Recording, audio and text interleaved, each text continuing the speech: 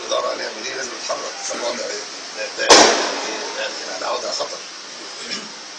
فقلنا نعمل مبادره للقاءات بدأناها بالمجلس العسكري اللي حضر في هذا الوقت كان اللواء عبد الفتاح السيسي مدير المخابرات، ولواء عباس ده كان مدير مكتب دلوقتي.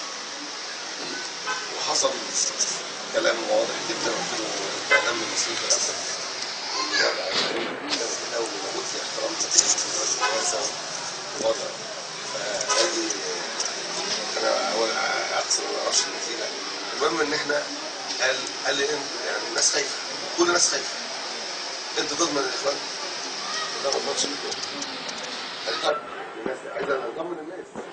قعدنا نقول طب نعمل ايه انه لو الرئيس مسؤول عندنا هو ايه نتيجه النص. فقعدنا نصوغ مبادره طلب هو صراحه ان هي تبقى بضمان الدعوه السلفيه حزب النور تعهد لان اللي يخالف بنود المبادره ينزل الشارع ضده.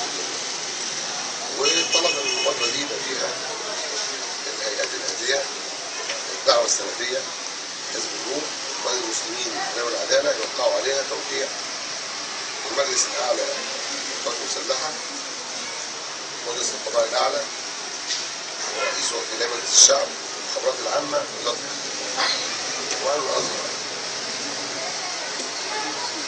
المبادره دي بتنص على توجيه رساله تطمين قويه لجميع مؤسسات الدوله وكافه اطرافها واتجاهاتها. الحرص الكامل على دعم الدوله الحديثه بكافه عناصرها.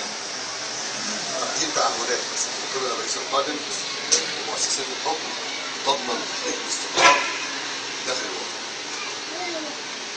عناصر الكلام ده تحديد صفه العلاقه بين المؤسسه العسكريه